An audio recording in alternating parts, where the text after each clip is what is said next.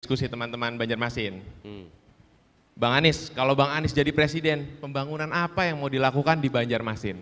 Waktunya 2 menit, silahkan dijawab. Ya, jadi apa yang paling mendasar yang saya lihat di depan sana adalah salah satu yang paling besar itu disebutkan adalah kerusakan ekologis. Jadi menurut saya itu harus menjadi prioritas utama di dalam mengembalikan pembangunan. Reforestasi, kemudian kita ingin agar ekonomi hijau itu menjadi prioritas di sini. Lalu yang tidak kalah penting adalah pelibatan masyarakat dalam pembangunan. Karena kalau kita bicara pembangunan, jangan sampai pembangunannya dikerjakan di Kalimantan Selatan, di Banjarmasin, tapi yang bekerja dari luar Banjarmasin dan dari luar Kalimantan Selatan. Justru harus sebaliknya. Dan yang tidak kalah penting adalah memastikan bahwa pembangunan infrastruktur ke berbagai wilayah di Kalimantan Selatan terjalin dengan baik. Karena kita tidak menginginkan hanya kota yang terbangun, tapi juga kawasan-kawasan kabupaten. Dan kita membayangkan betapa rumitnya infrastruktur bila tidak terbangun sampai ke pusat bagi seluruh rakyat di Kalimantan. Nah, saya juga ingin sampaikan Banjarbaru dan Banjarmasin ini intensitas lalu lintas itu cukup tinggi. Sebenarnya ini salah satu kawasan yang mungkin perlu kita bangun jaringan rel kereta api antar dua wilayah ini. Ya. Apa pentingnya? Shuttle, sehingga intensitas lalu lintas di sana bisa digunakan, itu salah satu contohnya. Jadi kami melihat prioritas itu. Tapi yang tidak kalah penting, ini soal ketimpangan ini serius. Ketimpangan ini bukan ketimpangan infrastruktur saja, yang paling mendasar justru ketimpangan pada pembangunan manusia. Kalimantan, Sulawesi, kemudian Nusa Tenggara dan seluruh kawasan timur tertinggal 10 tahun dalam pembangunan manusianya. Ini yang harus dikejar, karena pada akhirnya pembangunan bukan soal jalan, pembangunan tentang kualitas manusianya.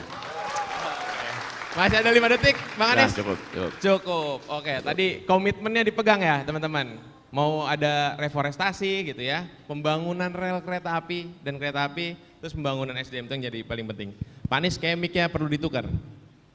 Oh gitu? Iya. Boleh. Oke. Tes. Wah, soalnya Beda, ya? biar lebih jelas nih menjawabnya. Tambahin kalau gitu, treble-nya kurang ini. Ditinggikan treble-nya. Oke. Tinggikan treble-nya, ini terlalu banyak bassnya. Oke. Hal-hal detail aja diperhatikan. Berarti kalau jadi pemimpin mesti memperhatikan detailnya masyarakat, Pak Anies. Udah cukup puas sama jawabannya?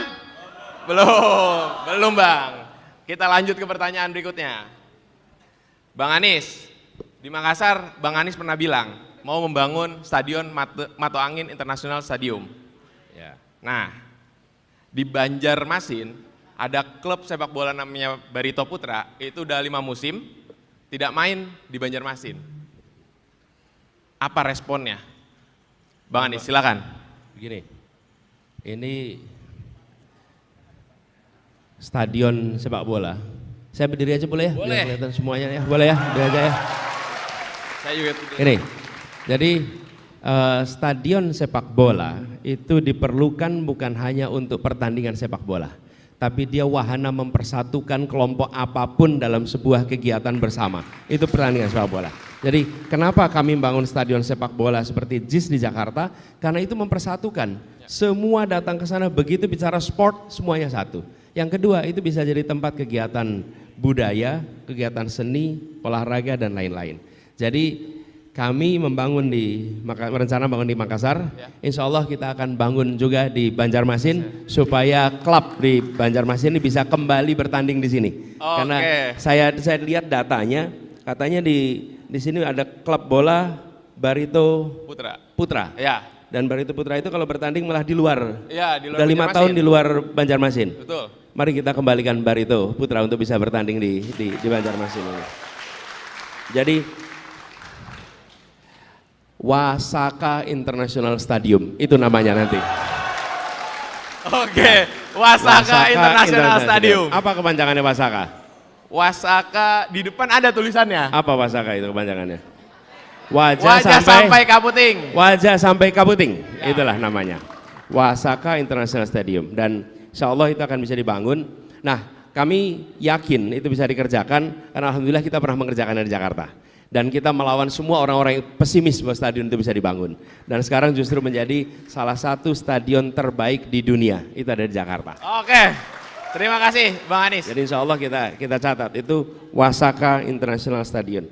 Lalu begini, kami berencana bukan hanya di Banjarmasin, insya Allah ada sekitar 10 kota yang nanti akan kita bangun juga. Mana aja itu Bang? Nah itu diumumkannya nanti, jangan sekarang. Oke, siap. Satu persatu aja pengumumannya. Satu persatu. Terima kasih Bang Anies. Gimana teman-teman? Komitmennya tadi mau bangun Wasaka International Stadium. Sepakat? Sepakat? Oh. Sepakat ya. Oke. Masih kurang panas? Oke. Kalau masih kurang panas, biasanya kita challenge di segmen kedua. Kita masuk ke segmen kedua. Spill dong Nis.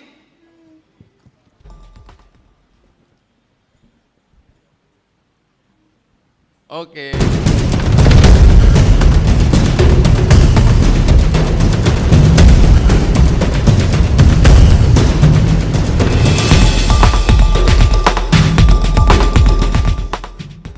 Oke, masuk ke segmen kedua ini, Bang Anies.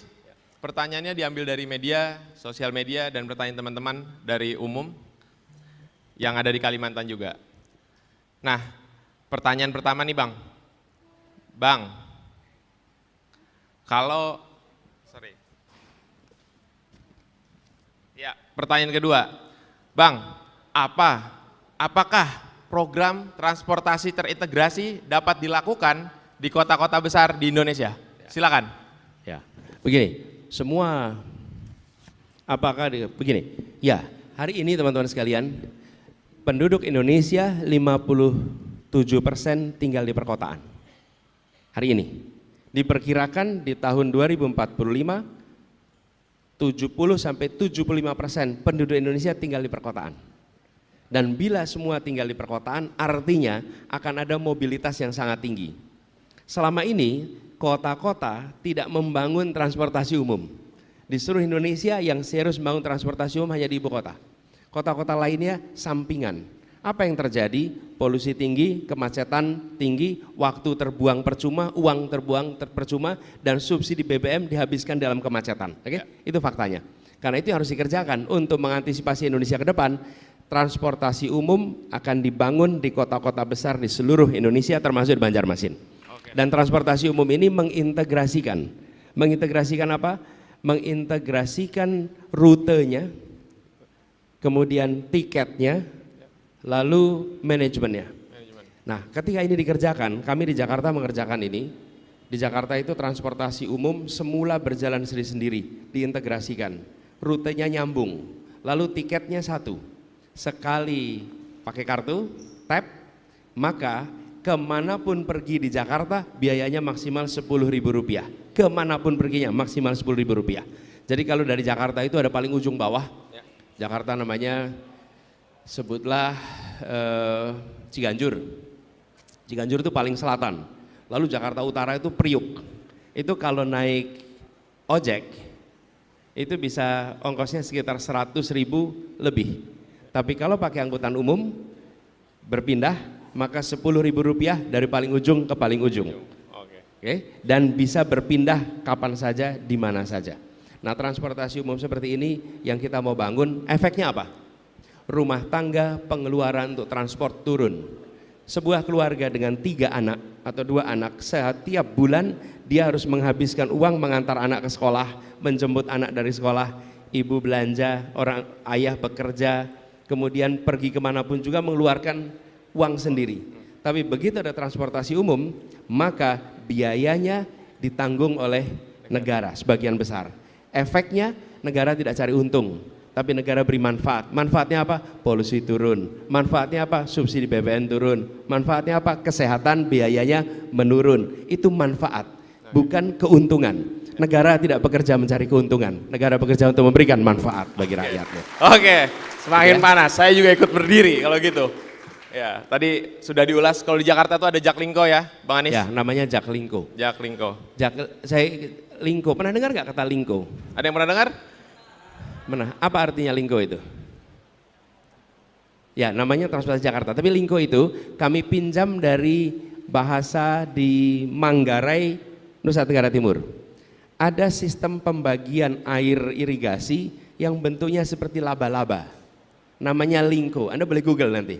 Itu unik sekali. Jadi sawah itu dibagi seperti jaring laba-laba. Ya. Lalu airnya didistribusikan lewat sistem Lingko. Nah, kami pakai itu namanya untuk menggambarkan transportasi yang tersambungkan seperti jaring laba-laba, siapa saja bisa kemana saja dengan transportasi itu. Oke. Gitu ya. Oke, terima kasih Bang. Emang Bang Anies ini mulut yang manis, teman-teman. Oke, siap. Lanjut pertanyaan kedua Bang. Bang, ini ada yang nanya dari Instagram. Emang boleh pilih pemimpin yang menggemaskan saja? Responnya apa Bang? Boleh pilih pemimpin karena menggemaskan. Nah ini Bang pertanyaannya Bang di layar. Pertanyaan di layar. Nah, emang boleh? Silakan. Tanya sini, boleh nggak tuh? Boleh nggak? Bebas. Anda mau pilih karena dia keriting boleh. Anda mau pilih karena warna matanya boleh, karena warna kulitnya boleh, karena apapun juga boleh. Apapun juga. Karena itu ada dua hal. Ini Indonesia ini mengatakan dua hal. Satu, siapapun berhak untuk dipilih. Tidak ada larangan. Siapapun. Di sisi lain, siapapun berhak punya alasan apapun untuk memilih. Jadi di Republik ini itu tidak ada larangan untuk dicalonkan dan tidak ada larangan untuk memilih alasan dalam memilih pasangan atau calon. Nggak ada larangan sama sekali. Jadi tidak ada. Nah, kalau saya boleh menganjurkan, maka saya akan pilih berdasarkan satu, saya nih rekam jejaknya. Dia pernah memimpin tidak? Kalau tidak pernah memimpin, apa yang bisa kita harapkan besok ketika dia dapat tugas? Nih pertanyaan tuh. Yang kedua, dia memimpin dadakan atau memimpin sejak kecil? Ini pertanyaan nih. Loh, saya kan cerita saya gitu kan. Anda boleh aja. Loh, kemudian yang kedua, saya akan tanya, apa rekam karyanya? Apa yang dia sudah kerjakan sejak masa kecil? Apa yang dia lakukan ketika muda? Sejak muda dia memikirkan orang banyak atau sejak muda dia memikirkan dirinya sendiri? Oke? Ini di sini kalau buat aktivis-aktivis, maka Anda sedang membangun rekam jejak bahwa Anda memikirkan orang banyak dari masa muda. Oke? Buat para aktivis tuh. Oke? Yang ketiga, maka rekam gagasannya. Apa pikirannya? Apa gagasannya? Bila calon pemimpin bersenyawa dengan gagasannya, maka ditanya apapun instingnya dia mencerminkan ideologinya, mencerminkan gagasannya. Tapi bila dia tidak bersenyawa dengan gagasannya, maka dia harus membaca teks untuk menjawab pertanyaan dari orang lain. Oke? Ya. Karena Anda tidak bersenyawa, tapi kalau Anda bersenyawa dengan ideologi, Anda bersenyawa dengan pikiran, maka pikiran ideologi itu di dalam badan Anda, mau ditanyain ya itu jawabnya. Kenapa? Itu Anda bersenyawa. Inilah disebut bersenyawa. Jadi tanya, sudah punya gagasan belum sejak muda? Ada enggak tulisannya? Ada enggak pikirannya? Ada enggak ceramahnya? Ada enggak pidatonya? Sejak muda. Kalau tidak ada, berarti dia tidak bawa gagasan. Berarti dia tidak membawa bersenyawa dengan gagasan. Apa yang kita harapkan besok kalau kemarin tidak membawa? Betul enggak? Nah, lalu dari situ baru Anda prediksi ke depan. Prediktor terbaik atas masa depan adalah masa lalunya. Oke? Karena itu kalau bertanya tentang seseorang jangan tanya, Pak besok mau apa? Oh dia bisa kasih jawaban yang Anda tepuk tangan. Tapi tanyakan, Pak dulu sudah berbuat apa? Oh saya akan berpikir tentang Indonesia secara keseluruhan. Memang dulu Anda memikirkan Indonesia, mana buktinya Anda memikirkan Indonesia? Masa lalu tidak bisa dipungkiri. Masa depan bisa dibuatkan jawaban yang enak didengar di kuping. Oke? Gitu jawabnya kira-kira. Terima kasih Bang. Jadi boleh-boleh aja ya. Boleh-boleh aja. Tapi kalau saya akan pilih berdasarkan rekam gagasan, rekam karya, rekam jejak kepemimpinannya. Kira-kira begitu. Oke, terima kasih Bang. Ini usul, kalau boleh speakernya dinaikin biar nggak mantul dari bawah. Ya. Itu speakernya di bawah pasti. Siap. Tolong teman-teman panitia. Oke, lanjut ke pertanyaan ketiga nih Bang. Nah, dari tadi waktu kita ketutupan Bang. Nah, 2 menit ya kata panitia. Siap. Satu jawaban 2 menit Bang. Nih cukup serius nih Bang pertanyaannya. Pak, tekanan hidup saya dari kantor sampai rumah berat banget. Bapak bisa apa? saya sampai buat kena mental nih. Sepil program perihal kesehatan mental. Terima kasih, silakan Pak. Ya. Kesehatan Mental health to keep you sane, Ya. Pak. Ya, begini, makin hari kita makin menemukan persoalan kesehatan mental. Ya. Kesehatan mental. Jadi saya ingin ceritakan apa yang kita akan kerjakan. Tapi sebelumnya saya akan sampaikan yang sudah dikerjakan. Oke? Karena akan itu kan besok. Pertanyaannya udah apa Pak? Gitu. Udah apa? Oke, selama saya bertugas di Jakarta, puskesmas di Jakarta dibuat menjadi menangani kesehatan jiwa dan kesehatan fisik. Bukan hanya puskesmas mengurusi fisik saja. Kenapa? Karena mental ini sering terlupakan. Seakan-akan kalau puskesmas itu hanya untuk kesehatan fisik. Jadi Jakarta sudah mengerjakannya. Ketika kami bertugas Jakarta, Jakarta juga kesehatan mental. Bahkan ada aplikasi khusus untuk respon cepat tes kesehatan mental. Jadi kalau ada warga yang pengen ngecek, saya ini sebetulnya sedang mengalami stres atau tidak, dia cukup gunakan aplikasi itu, gunakan, maka dia akan tahu apakah saya sedang menghadapi persoalan atau tidak. Dan bila sedang menghadapi persoalan, datang ke puskesmas terdekat, maka puskesmas itu akan membantu untuk kesehatan mentalnya. Jadi yang kita ingin kerjakan, meneruskan Jakarta dengan cara membuat hotline untuk kesehatan mental, siapa saja dari mana saja bisa menghubungi untuk berkonsultasi dan nanti mendapatkan bantuan kesehatan mental. Oke. Dan ada faktanya di Jakarta, di Indonesia ini kira-kira sekitar 1.000 orang melakukan bunuh diri, sesuatu yang tidak nyaman. Per tahun itu kira-kira 1.000. Menurut saya ini harus dihentikan dengan cara ada bantuan. Saya beri contoh nih, teman-teman. Kalau sekarang Anda mengalami tekanan terus menerus, lalu Anda membutuhkan bantuan, tahu tidak kemana Anda minta bantuan? Nggak tahu. Nggak tahu. Nomornya tidak tahu, badannya tidak tahu, kemana aja nggak tahu. Lah, bayangkan sudah mengalami tekanan, tidak ada tempat di mana itu bisa minta bantuan, mau ngomong sama teman kanan kiri malu, mau bicara sama orang tua malu, mau bicara sama guru malu. Terus ke siapa minta tolong?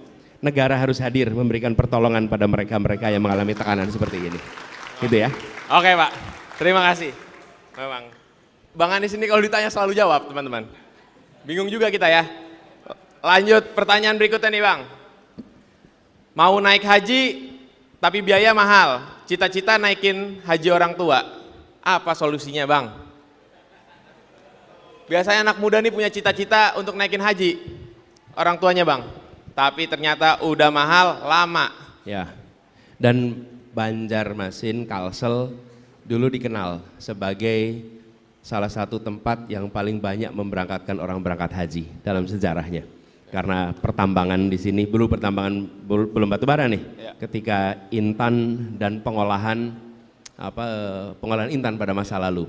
Jadi banyak yang bisa berangkat haji. Mudah-mudahan itu bisa kita teruskan. Nah, saat ini apa? Kami saat ini sedang melakukan pembicaraan soal itu. Satu adalah tentang bagaimana menurunkan biaya haji. Kita sedang melakukan pembicaraan dan kita berharap ini bisa selesai cepat supaya kita bisa menurunkan biaya haji sebagaimana negara-negara lain. Supaya biaya haji kita menjadi setara dengan negara-negara lain. Itu kita akan kerjakan. Tapi yang kedua, meningkatkan kuota haji. Jadi biayanya diturunkan, yang kedua kuotanya ditambah. Alhamdulillah, terima kasih. Pemerintah sekarang sudah meningkatkan kalau tidak salah 10.000 jamaah haji, kita berusaha untuk meningkatkan lebih banyak lagi, mudah-mudahan bisa sampai 20-30 ribu jamaah haji. Jadi itu dua hal yang kita insya Allah akan kerjakan. Oke teman-teman, kalau lagi punya cita-cita silahkan dilanjutkan nih. Ntar kalau Bang Anies jadi kita tagih komitmennya gitu. Oke, lanjut pertanyaan berikutnya.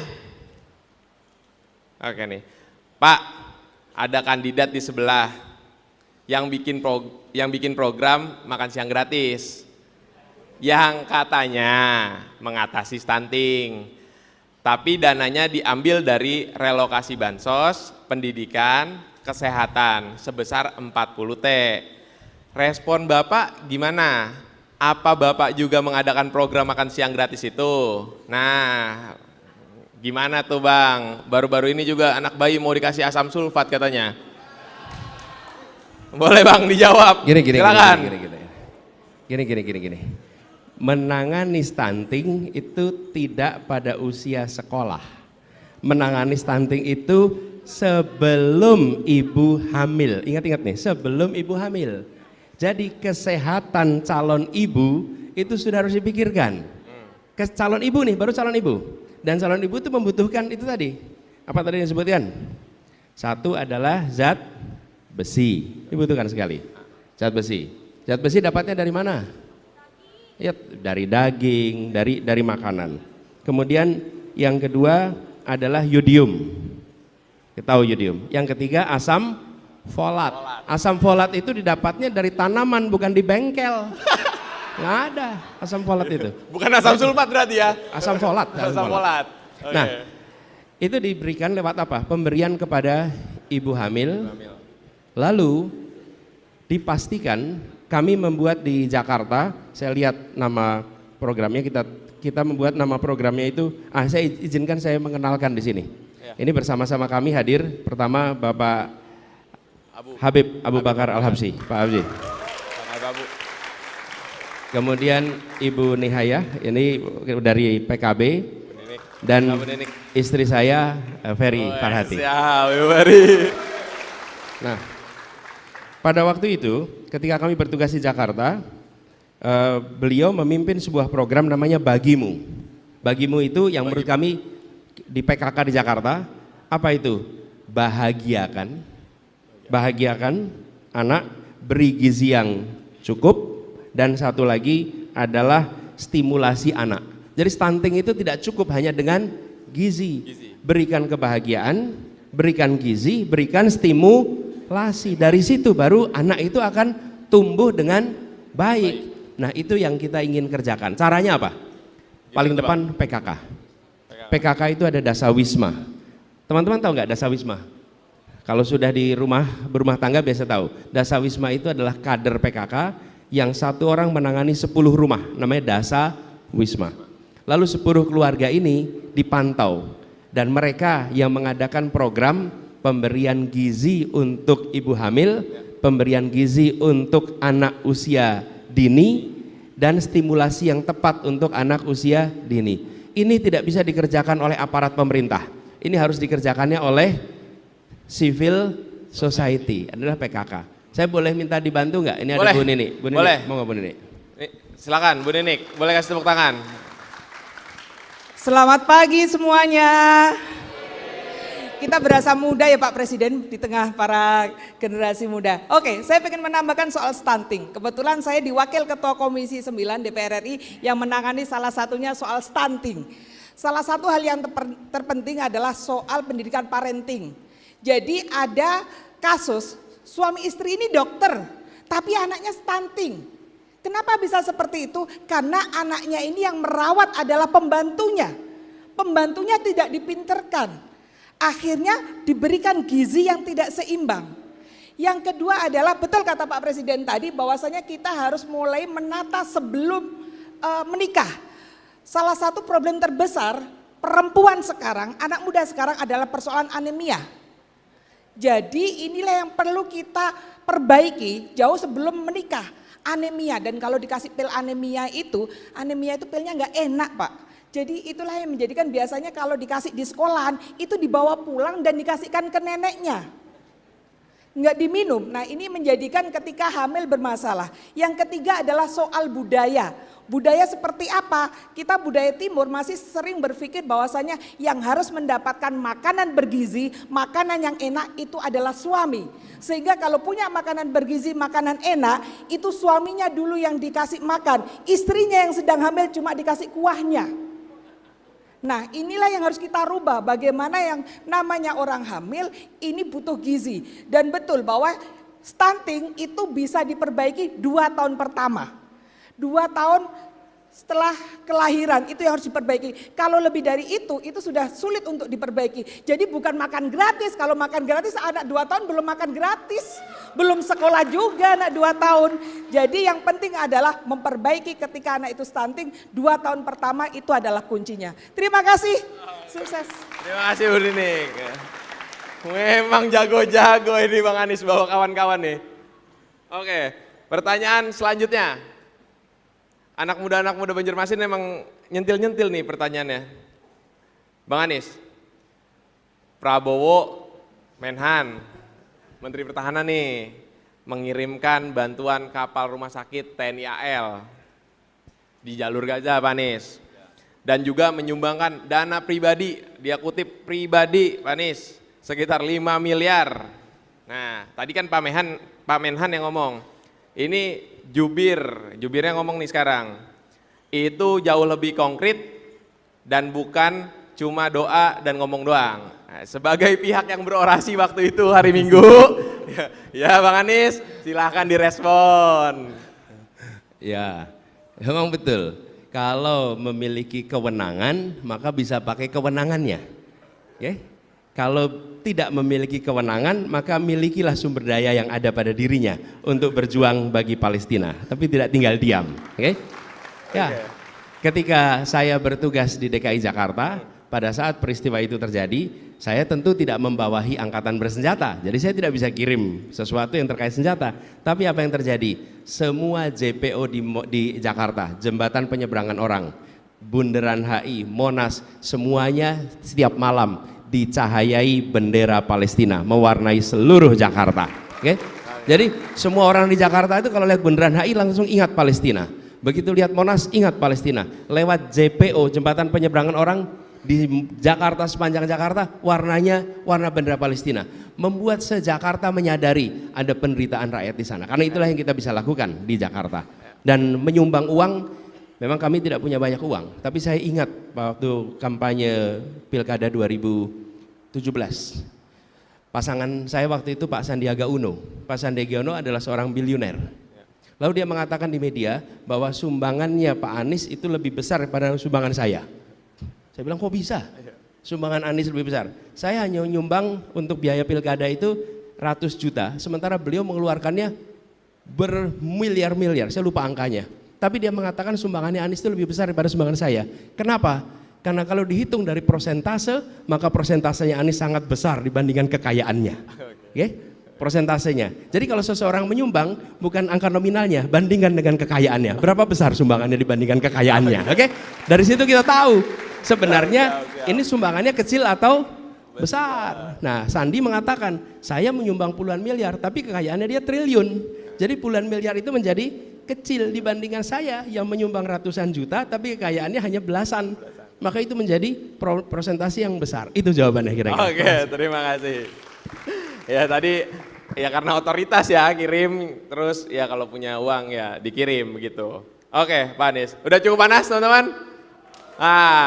Oke, ini segmen yang ditunggu-tunggu pasti sama teman-teman.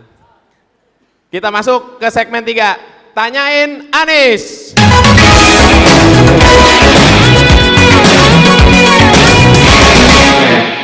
Oke teman-teman, di segmen ketiga ini kita mengambil pertanyaan dari teman-teman yang mengacungkan tangan. Bang, siap-siap Bang, nih. Nah, ini kita rulesnya ya. Rulesnya itu nanti datang ke depan, duduk di sini, bertanya, turun dulu Mas, santai dulu, jangan ngalangin kamera nih, jarang-jarang saya masuk kamera. Nah, duduk di depan, bertanya, dijawab, direspon, dijawab lagi. Nah, masing-masing respon itu, respon yang pertama 2 menit, dijawab 2 menit, yang kedua respon 1 menit, dijawab 2 menit, gitu ya. Oke, siap-siap, siap-siap, siap-siap, ayo siap-siap. 1, tunggu dulu, turun dulu, santai dulu. 1 orang loh, dikerubutin sama teman-teman, santai aja. 1. Ulang lagi, ayo, ulang lagi. Mas gitu. Kuping saya banyak banget dipanggil. Ayo, 1. Nah, nih mbak nih. Mbak. Maju nih. Maju. Di bawah mic-nya mbak. Nah. Izin duduk Pak.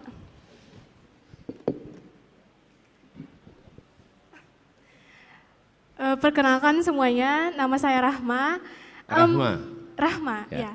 Mohon maaf nyempil dikit, sebenarnya saya bukan mahasiswa tapi masih kelas 11 SMA. Ya. Top. Rahma nggak sekolah? Izin, Pak. Izin ya sekolah? Benar. Diizinkan ya? Diizinkan. Alhamdulillah. Boleh tepuk tangan sekali lagi buat Rahma. Wah, hebat kamu. Ya, izin bertanya Pak. Tapi saya mau nanya ke kakak-kakak yang lain dulu nih. Pendidikan, bukankah pendidikan itu harusnya tempat yang aman bagi semua orang yang ingin berkembang dan bertumbuh? Benar bukan? Betul. Tapi pada nyatanya itu belum terwujud Pak. Karena kasus perundungan sampai saat ini masih aja menghantui siswa-siswa yang di sekolah. Bahkan mahasiswa pun mungkin masih ada, ya kan? Dan khususnya bagi mereka yang cenderung berbeda dan terlihat lemah sama teman-teman yang lain.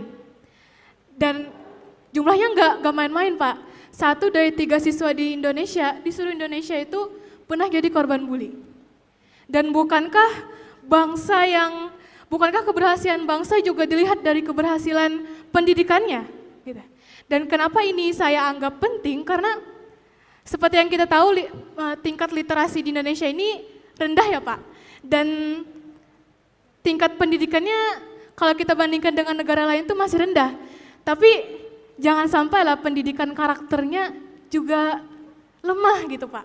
Karena kan kalau banyak yang kasus perundungan artinya karakter-karakter siswa yang ada itu juga lemah Pak. Dan seperti yang kita tahu juga, pemerintah udah ada aksi, itu udah kelihatan banget dan ada peraturan-peraturan juga, tapi gitu-gitu aja Pak. Saya tidak melihat yang, karena teman-teman saya banyak ya kan Pak. Nah, gimana nih pandangan Siap, Bapak? oke, sip. Makasih Rahma. Jadi persoalan kekerasan di sekolah itu tidak dianggap sebagai masalah pendidikan selama ini. Jadi kalau teman-teman tanya ke Dinas Pendidikan, ada tidak unit yang mengurusi kekerasan? Enggak ada. Enggak ada sama sekali. Kenapa? Karena tidak dianggap masalah pendidikan. Tapi kalau kurikulum, masalah pendidikan. Kemudian ekstrakurikuler, masalah pendidikan. Karena itu nomor 1, menjadikan itu sebagai masalah pendidikan. Yang terjadi selama ini, dibiarkan, 1, didamaikan lalu nggak berbuat apa-apa. Itu intinya adalah dibiarkan. Yang kedua, dilaporkan polisi dan dianggap ini sebagai peristiwa kriminal. Betul tidak? Tapi tidak dianggap sebagai masalah pendidikan.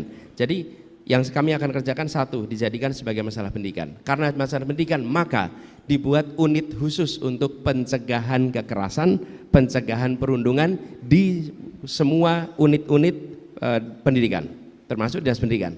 Tapi yang paling penting di ujungnya di sekolah, dibuat gugus tugas pencegahan kekerasan yang terdiri dari 1, siswanya harus ada, 2, guru, 3, orang tua, 4, ahli psikologi atau pendidikan anak, yang kelima adalah unsur pemerintah daerah. 5 tuh.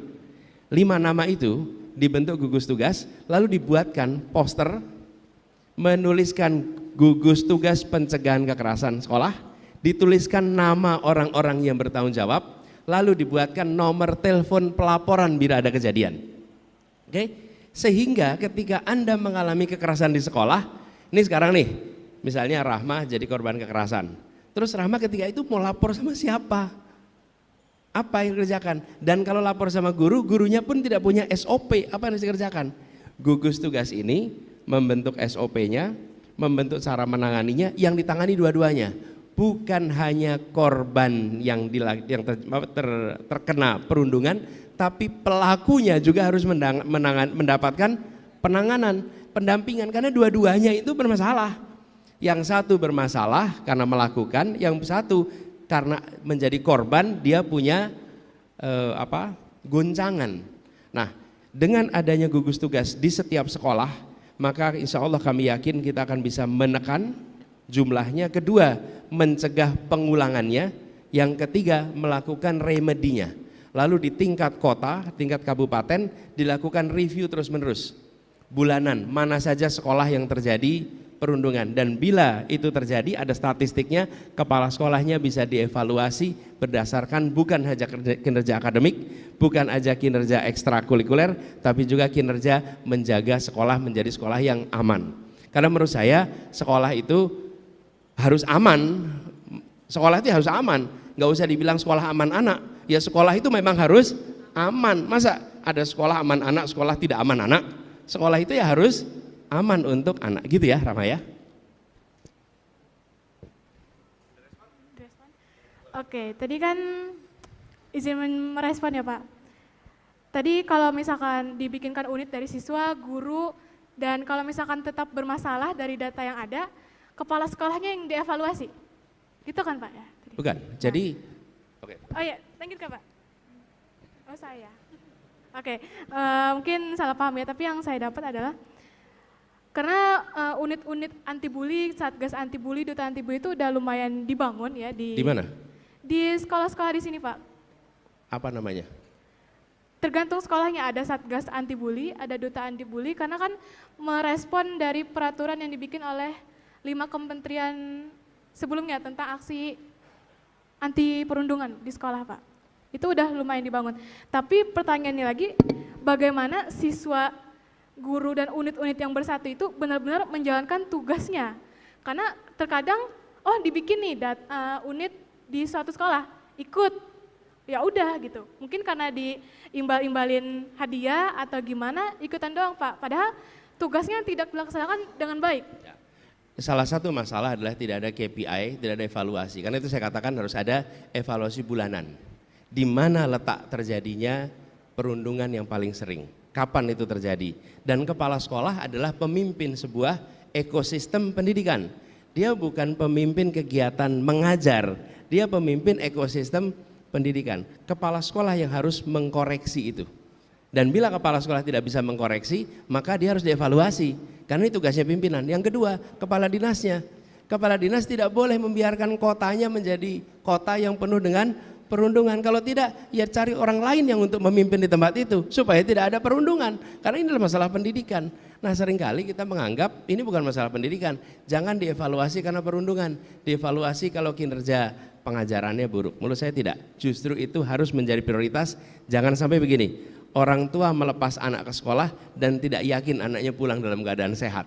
Kita harus membuat orang tua itu melepas ke sekolah dan yakin bisa pulang dalam keadaan sehat. Begitu Rahma ya. Oke. Rahma, terima kasih. Sampaikan salam buat orang tuanya. Siap, Pak. Hebat, Anda sudah menjadi anak SMA yang peduli dengan persoalan-persoalan masyarakat. Ya, terima kasih ya, Rahma ya. Terima kasih. Wah, baru awal nih Pak, ditanya sama anak SMA Pak. Dia nanti 30 tahun lagi, bila maju pilkada, dia akan bisa menunjukkan rekam jejak peduli pada soal anak-anak muda. Dari masa muda. Boleh tepuk tangan. Nah, iya. Siap. Dia punya rekam jejak. Dia bukan sekedar anak muda yang memikirkan dirinya. Kan pertanyaan bukan tentang dirinya. Pertanyaan tentang orang banyak. Itu yang tadi saya katakan. Bangun rekam jejak Anda sejak muda. Dan Rahma sudah melakukannya. Siap, terima kasih. Oke, pertanyaan cukup menarik tadi Rama. Kita lanjut Bang ke teman-teman yang lain. Tadi sebelah sana, mungkin sebelah sini. Ya, kita atur aja lah, biar cepat. 1, 1, 1. Ulang lagi, ayo. 1, 1, 1.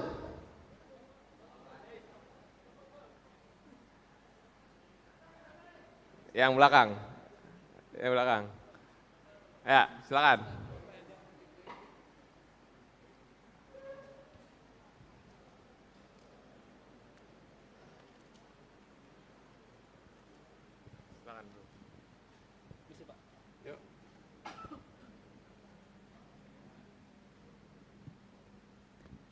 Izin Pak, maaf grogi Pak lah.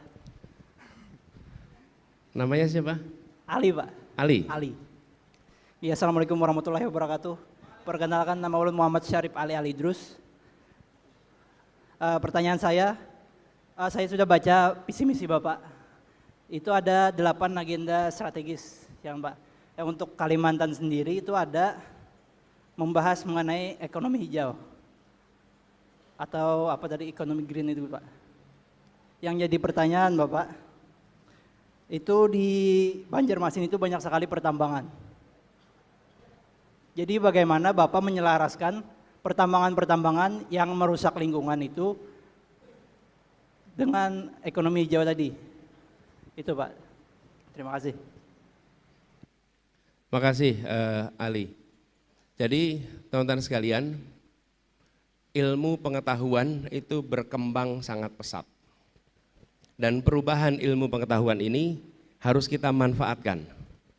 Banyak di antara kita yang melakukan updating ilmu pengetahuan, updating teknologi sebatas HP. Keluar HP jenis baru, ganti HP yang lebih baru. Tetapi di dalam alat produksi ekonomi kita nggak melakukan update, kita nggak upgrade. Kenapa? Karena kalau untuk ekonomi ongkos upgrading itu tidak murah, tidak murah. Jadi banyak yang merasa selama tidak diharuskan oleh pemerintah maka tidak melakukan upgrading atas teknologi yang digunakan, termasuk juga pertambangan. Jadi teman-teman sekalian, di dunia pertambangan sedunia hari ini juga sudah ada gerakan untuk membuat pertambangan itu lebih ramah lingkungan. Pendekatannya banyak yang baru. Nah sayangnya di kita banyak yang belum mau melakukan upgrading, penyesuaian. Efeknya apa? Ya efeknya yang dirasakan seperti masyarakat hari ini. Kenapa? Karena belum melakukan upgrading atas teknologi. Kemudian yang kedua, upgrading atas metode. Metodenya sekarang banyak mengalami perubahan. Bagaimana penggalian dilakukan, tanah disimpan, kemudian setelah selesai penggalian nanti tanah dikembalikan, kemudian reforestasi dilakukan. Yang sering terjadi gali tinggal, betul nggak? Dan yang terjadi kemudian bekas-bekas itu menjadi tanah yang menganga tanpa ada hijau-hijauan di sana, betul tidak? Nah itu sudah kuno. Itulah sebabnya kenapa kami mendorong itu bukan sekedar diberikan kepada perusahaan keputusannya, tapi itu menjadi kebijakan negara mengharuskan metode yang terbaru yang ramah lingkungan dan alat-alat yang juga terbaru yang ramah lingkungan sehingga kegiatannya bisa ramah lingkungan. Gitu Ali jawabannya ya. Oke. Kalau udah puas nggak apa-apa, nggak harus nanya lagi, bebas.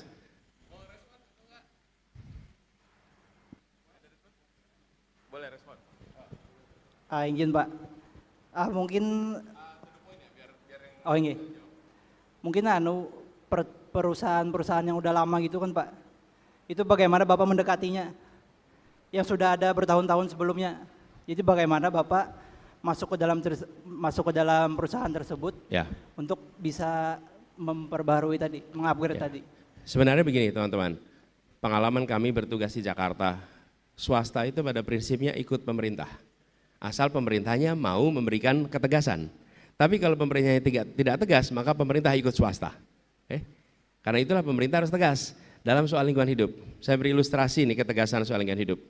Di Jakarta, di kawasan utara ada namanya kawasan Berikat Nusantara di KBN. Di situ ada penurunan batu bara yang menimbulkan asap, debu yang merusak lingkungan dan mengganggu kesehatan. Lalu kami memberikan instruksi peringatan sekali, 2 kali, lalu kami sampaikan bila sampai peringatan 3 kali tidak diikuti, maka kami akan cabut izinnya. Dan mereka menganggap nggak mungkin negara mencabut izin karena kan ini sesuatu yang sangat strategis. Dan apa yang kami kerjakan? Kami cabut izinnya dan mereka selesai, tidak bisa beroperasi lagi. Pesannya apa? Pesannya apa? Jangan sepelekan keselamatan warga. Keselamatan warga itu prinsip nomor 1. Bila Anda mengganggu kesehatan anak-anak, mengganggu kesehatan warga, maka negara tidak akan kompromi. Nah, komunikasikan itu dengan baik, lalu kebijakan itu harus dikasih waktu, Ali. Tidak bisa begini, kami putuskan hari ini, Anda harus melakukan besok. Oh nggak mungkin. Kalau itu namanya hukuman, bukan ajakan untuk transisi. Mereka juga memerlukan waktu untuk melakukan transisi. Bicarakan baik-baik waktu transisinya sehingga terjadi recovery. Lalu yang sudah rusak, kerja bersama pemerintah dan swasta untuk melakukan recovery atas lahan rusak dan dilakukan reboisasi di tempat-tempat itu sehingga terbangun hutan kembali. Mimpi kami adalah jumlah lahan hutan di Kalimantan lebih banyak dibandingkan yang pernah ada dulu di tempat ini beberapa tahun yang lalu. Gitu ya, Ali. Ali, salam keluarga. Oke, terima kasih Mas Alif. Tadi ngomongin soal ekonomi hijau, nah sekarang nih ayo mulai lagi kita bertanya. Bang Anies masih siap? Masih sanggup? Turun dulu teman-teman. Tadi sebelah sini, terus sana. Sinilah, 2 ini ya. Biar aku lihatnya begini. Ayo. 1, 2, turun dulu tangannya. 1, 1, 1. Biru nih.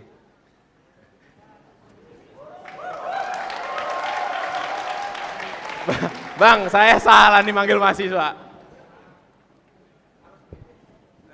Cek tes. Izin Pak Anies, sebelumnya forum ini nggak panas Mas Anies, nggak panas. Jadi supaya ada gelora panasnya, mungkin hari ini saya mau menyemangati mahasiswa dan para pemuda-pemudi dulu dengan jargon mahasiswa. Siap kawan-kawan? Abadi nafas perjuangan, hidup mahasiswa! Hidup mahasiswa! Hidup rakyat Indonesia! Hidup rakyat Indonesia!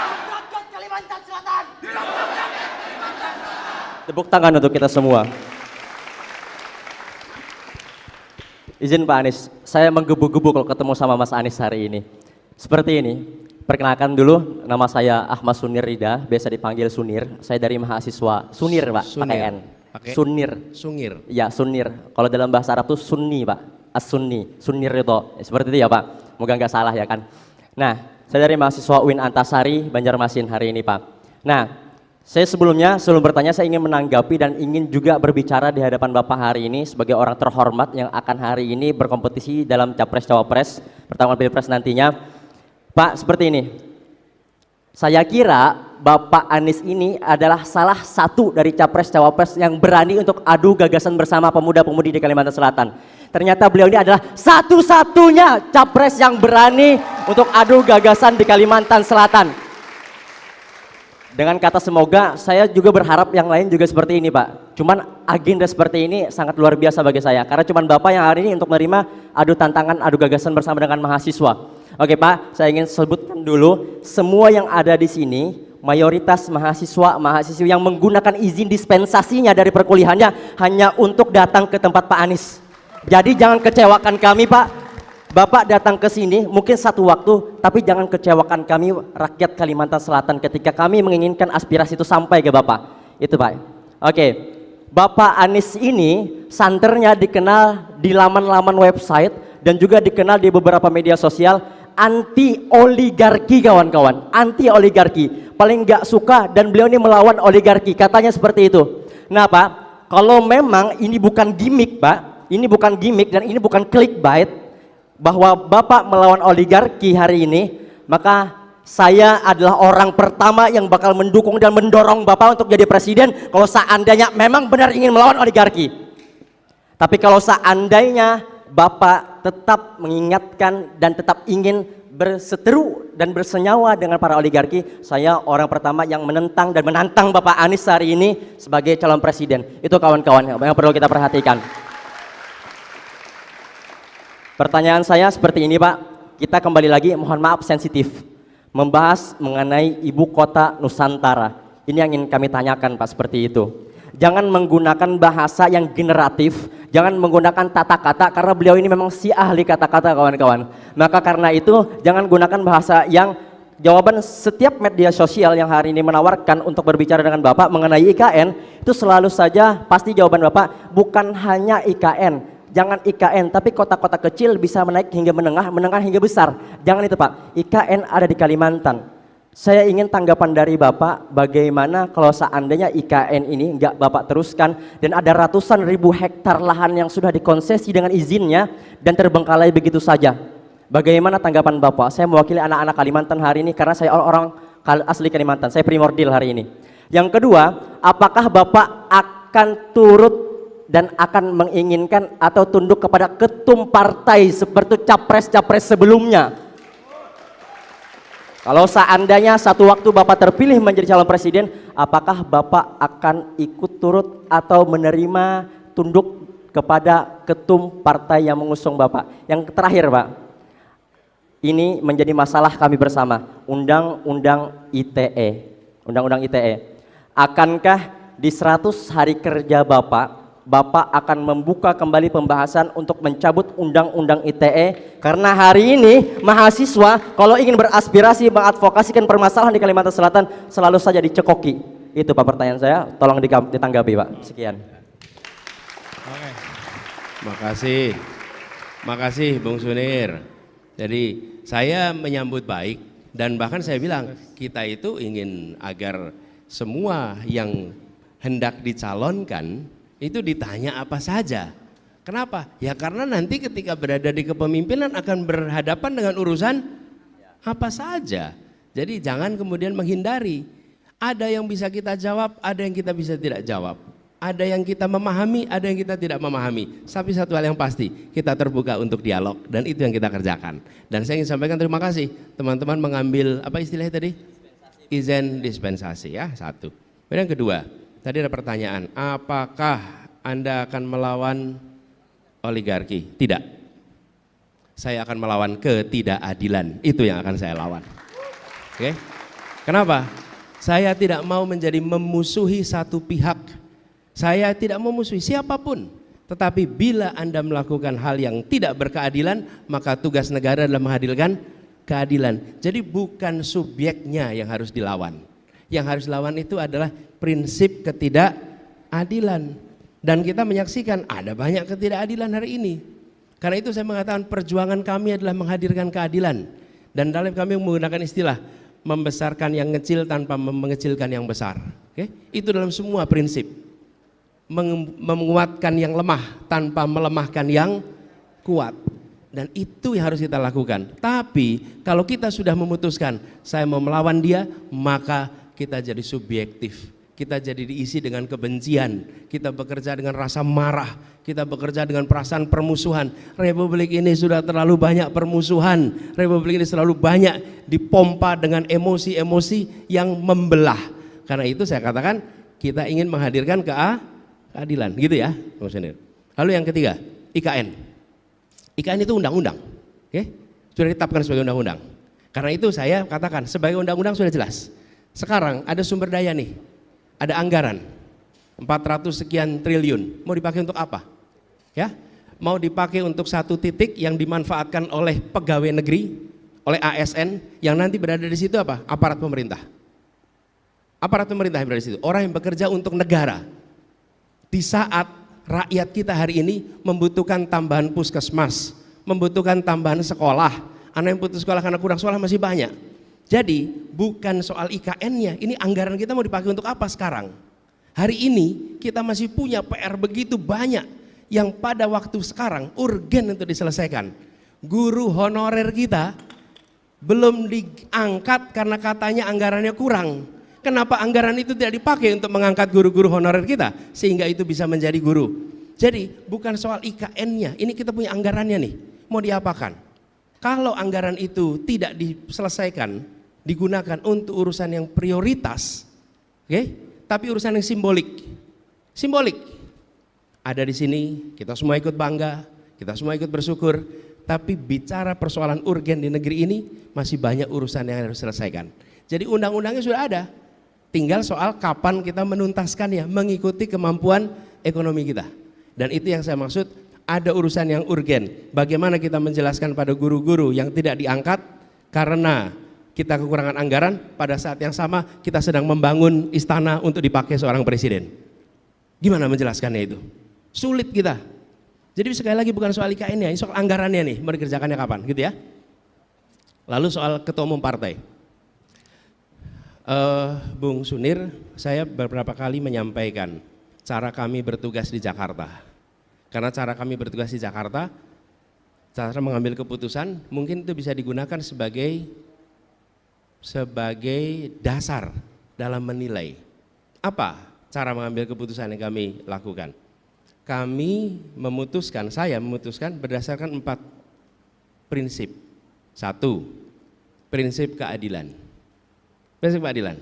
Bagaimana prinsip keadilan itu ditegakkan dalam keputusan apapun. Yang kedua adalah kepentingan umum, public interest. Di mana itu? Yang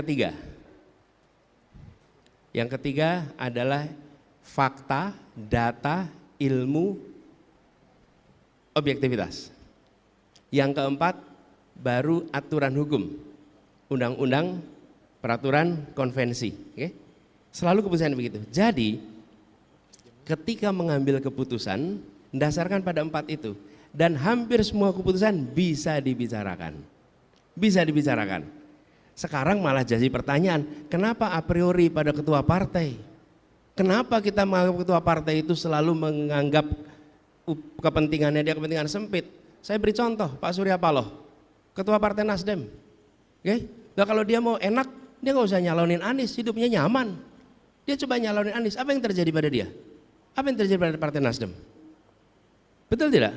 Usianya 72 tahun, kalau dia mau nyaman, dia tinggal duduk nyaman, ikut aja. Disuruh koalisi ini ikut, disuruh koalisi itu ikut, seperti yang lain-lain nyaman hidupnya. Tidak ada peristiwa-peristiwa yang terjadi 1 tahun ini. Jadi jangan anggap kalau ketua partai lalu otomatis dia tidak lagi mementingkan kepentingan umum dan mementingkan kepentingan negara. Masih banyak ketua-ketua partai kita yang membawa kepentingan itu. Oke? Nah, kita harus kritis. Saya setuju dengan Anda kritis, tapi jangan a priori. Karena kalau kita a priori, maka kekritisan kita hilang. Kita hilang. Jadi jawaban saya, Bung Sunir itu. Lalu soal undang-undang ITE. Undang-undang ITE sudah berulang kali kami sampaikan. Malah waktu itu saya bilang ini, Bung Sunir, mungkin juga pernah dengar. Masa kita mau bilang Indonesia aja Wakanda. Indonesia dibilang apa? Konoha. Itu kan karena takut gitu. Demokrasi harus memberikan rasa kemerdekaan di dalam berpendapat. Dan semua aturan-aturan yang melarang itu harus ditiadakan. Terus pertanyaannya, komitmen Pak Anies apa? Komitmennya ditunjukkan di ruangan ini. Kita tidak membatasi siapa untuk bertanya apa di dalam forum yang seperti ini. Oke? Kan Bung Sunir kan tidak dilarang bicara, tidak ditandain, oh yang ini nggak boleh bicara. Enggak, semua boleh. Artinya apa? Besok juga ketika bertugas akan begitu. Dan ketika saya bertugas di Jakarta, sebagai contoh, saya udah kerja 5 tahun nih.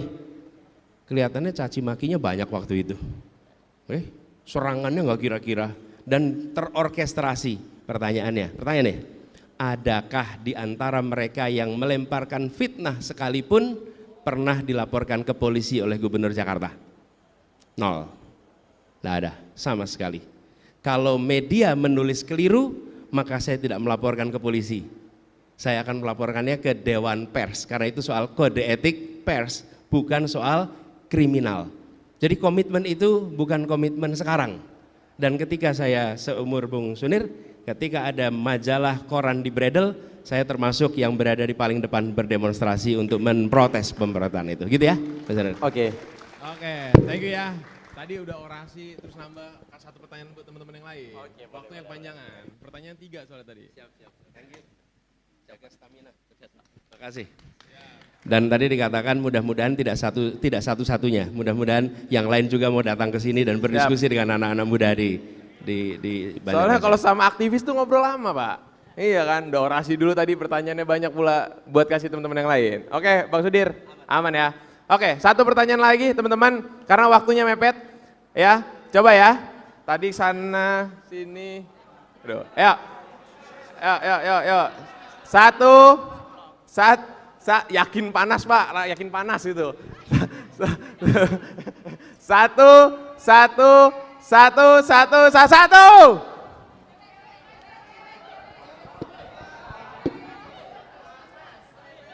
Ulang lagi.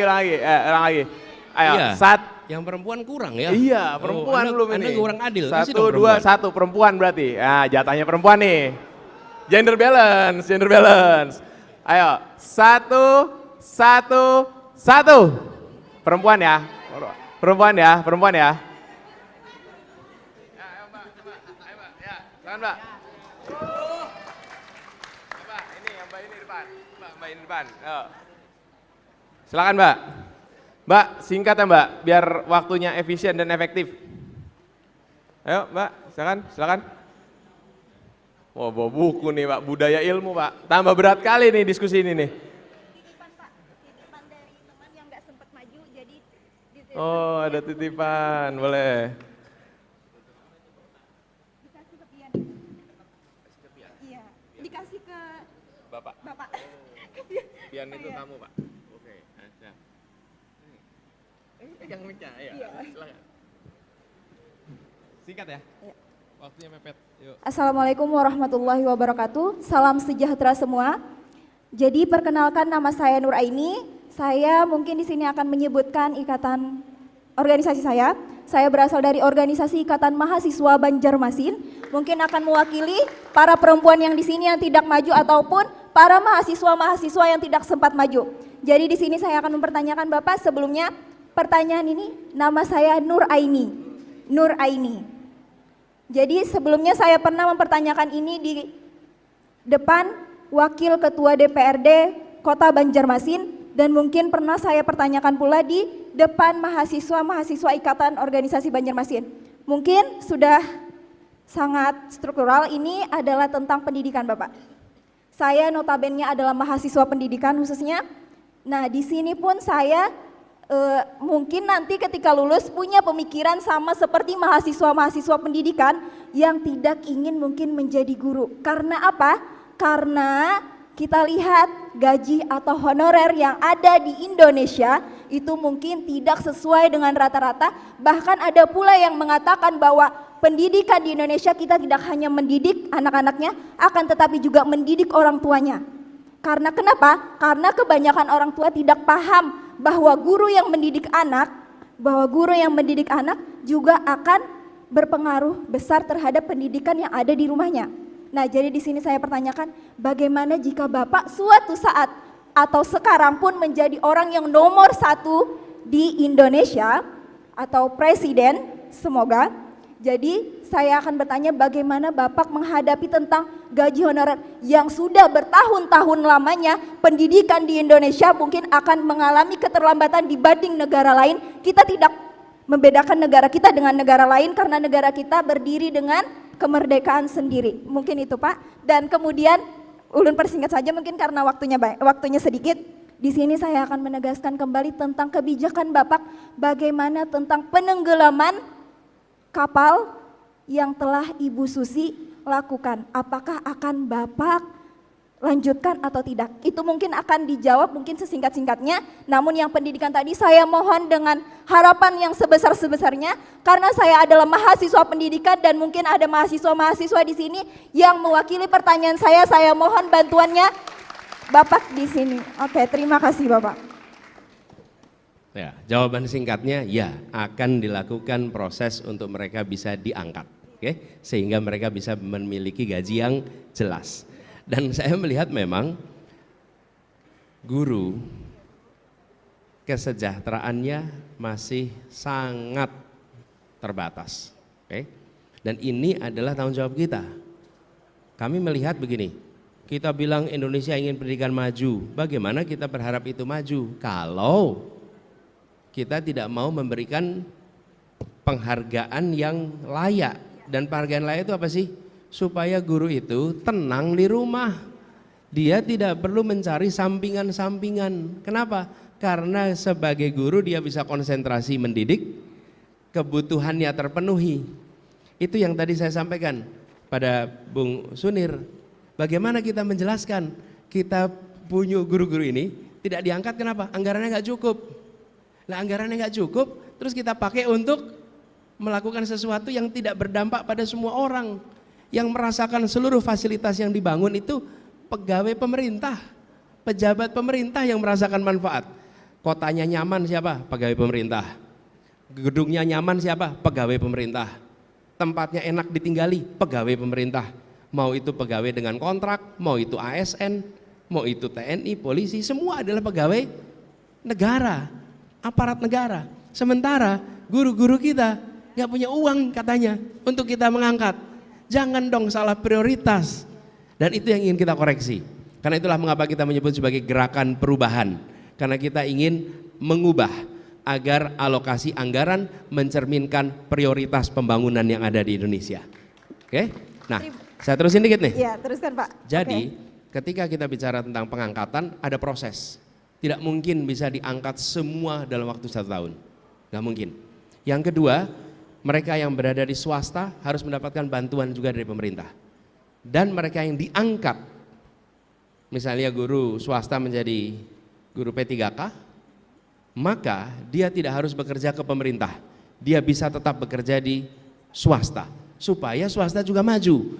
Karena salah satu ketidakadilan yang sekarang kita lihat, ketidakadilan kebijakan antara negeri dan swasta. Seakan-akan swasta itu tidak mendidik anak-anak Indonesia. Lalu yang kedua, ketidakadilan antara pendidikan umum dan pendidikan negeri, gitu ya. Lalu soal penenggelaman kapal. Semua kapal yang melanggar akan diberikan sanksi, dan bila sanksinya itu ditenggelamkan, maka itu ditenggelamkan, gitu ya. Terima kasih Bapak. Jadi mungkin apa yang Bapak katakan hari ini saya akan ingat sepenuhnya, karena mungkin suatu saat saya akan menjadi guru, mungkin bukan hanya untuk guru-guru yang lain yang akan menjadi mahasiswa pendidikan, tapi mungkin akan menjadi guru dari anak-anak saya kelak. Semoga bisa menjadi sebuah faktor untuk mensejahterakan guru yang ada di Indonesia. Terima kasih Bapak. Dan Bu, makasih. Nuraini, terima kasih. Terima kasih telah berkenan menjadi guru. Iya, terima Karena kasih. hari ini kita membutuhkan lebih banyak lagi pribadi-pribadi terdidik yang mau milih menjadi guru. Itu rute perjuangan. Boleh duduk, Nuraini. Makasih. Oke, terima kasih teman-teman. Bang, ini dari tadi udah didesak terus, waktunya juga udah mau habis. Kan tadi udah panas ngedesak, boleh lah Bang, kasih refleksi buat kita semua. 5 menit Bang, untuk refleksi kita semua nih, sebelum dilanjutkan agendanya. Silakan. Makasih. Teman-teman semua, pertama saya salut bahwa kursi yang disediakan tak cukup untuk menampung anak-anak muda dari Sulawesi Selatan, Kalimantan Selatan yang datang ke sini. Terima kasih telah memilih untuk datang, terima kasih memilih untuk berdiskusi, mendengarkan. Dan dialog seperti ini akan terus dijaga.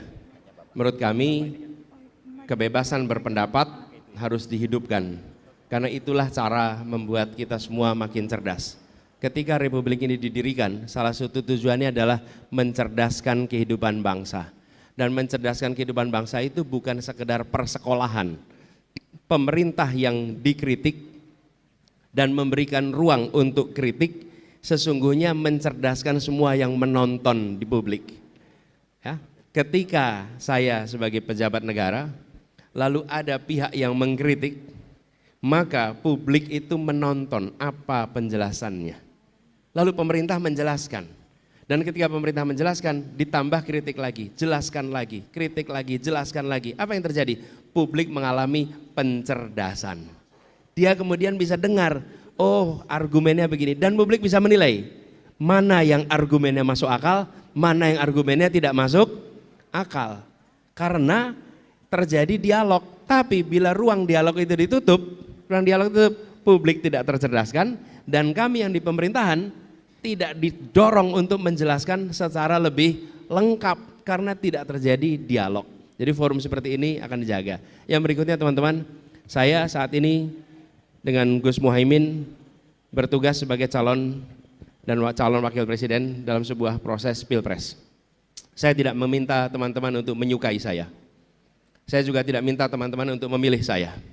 Saya hanya minta kepada teman-teman untuk 2 hal. 1, jangan menilai kami dengan menggunakan hoax, tapi gunakan fakta dalam menilai kami. Cukup itu 1. Oke. Yang kedua, saya menganjurkan, tidak minta, menganjurkan. Jadilah pemilih yang rasional. Rasional. Apa itu rasional? Rasional itu berasal dari kata rasio. Rasio itu artinya perbandingan. Kita sering dengar rasionya berapa? 2:3. Rasio itu perbandingan. Orang yang disebut rasional apabila dia memilih dengan membandingkan. Bila memilih tanpa membandingkan, maka dia disebut irasional. Oke? Irasional. Tapi kalau rasional bandingkan. Nah, bandingkannya apa? Bebas. Tapi kalau saya boleh menganjurkan, saya akan menganjurkan pada teman-teman saya katakan tadi. Bandingkan rekam jejaknya, kepemimpinannya, rekam karyanya, rekam gagasannya, rekam prestasinya, dibandingkan saja. Sesudah itu Anda bisa memprediksi besok ke depan seperti apa. Karena perilaku di masa depan ditentukan oleh perilaku di masa lalu. Jadi saya menganjurkan pada teman-teman itu. Yang kalau boleh terakhir teman-teman, di Kalimantan Selatan ini potensinya besar sekali. Kita berharap ini yang kami satu-satunya dikerjakan. Dalam visi misi kami, kalau boleh saya sampaikan, satu-satunya visi misi yang buat 2 area. Visi misi yang lain itu per sektor.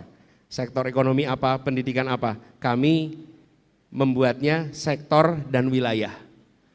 Bukan hanya sektor, tapi wilayah. Untuk Sumatera apa yang dibutuhkan, untuk Jawa apa yang dibutuhkan, untuk Nusa Tenggara apa yang dibutuhkan, untuk Sulawesi apa yang dibutuhkan, untuk Papua apa yang dibutuhkan, dan untuk Kalimantan apa yang dibutuhkan. Sehingga kita tidak menganggap Indonesia itu Jawa semua, dan tidak menganggap Indonesia itu sama semua, dan tidak menganggap desa di seluruh Indonesia itu sama dengan desa di Jawa saja. Tidak, desa itu beda-beda. Kalimantan ini punya keunikan tersendiri. Saya bekerja di Kalimantan sejak tahun 94, pelatihan-pelatihan anak-anak muda di pedalaman Kalimantan. Dan ketika kami mengerjakannya di Tenggarong tahun 94-95, pada saat itu banyak peserta itu datang dengan perjalanan pakai kapal 4 hari 5 hari. Dan pada saat itu saya menyaksikan variasi yang luar biasa. Karena itu saya sampaikan berkali-kali, jangan anggap Indonesia semuanya sama, karena itu kebijakannya bervariasi, dan kami berharap nanti yang dikerjakan di Kalimantan Selatan sesuai dengan kebutuhan di Kalimantan Selatan. Terima kasih buat semua yang hadir, terima kasih buat semua yang tukar pikiran. Semoga diskusi ini memberikan hikmah bagi semuanya, dan jangan pernah khawatir dengan dialog, karena teman sesungguhnya nih, lawan debat adalah teman berpikir. Terima kasih. Oke, terima kasih Bang Anies sudah mampir ke Banjarmasin dan sudah mau didesak dengan anak muda Banjarmasin. Beri tepuk tangan sekali lagi teman-teman. Oke, kalau kayak gitu.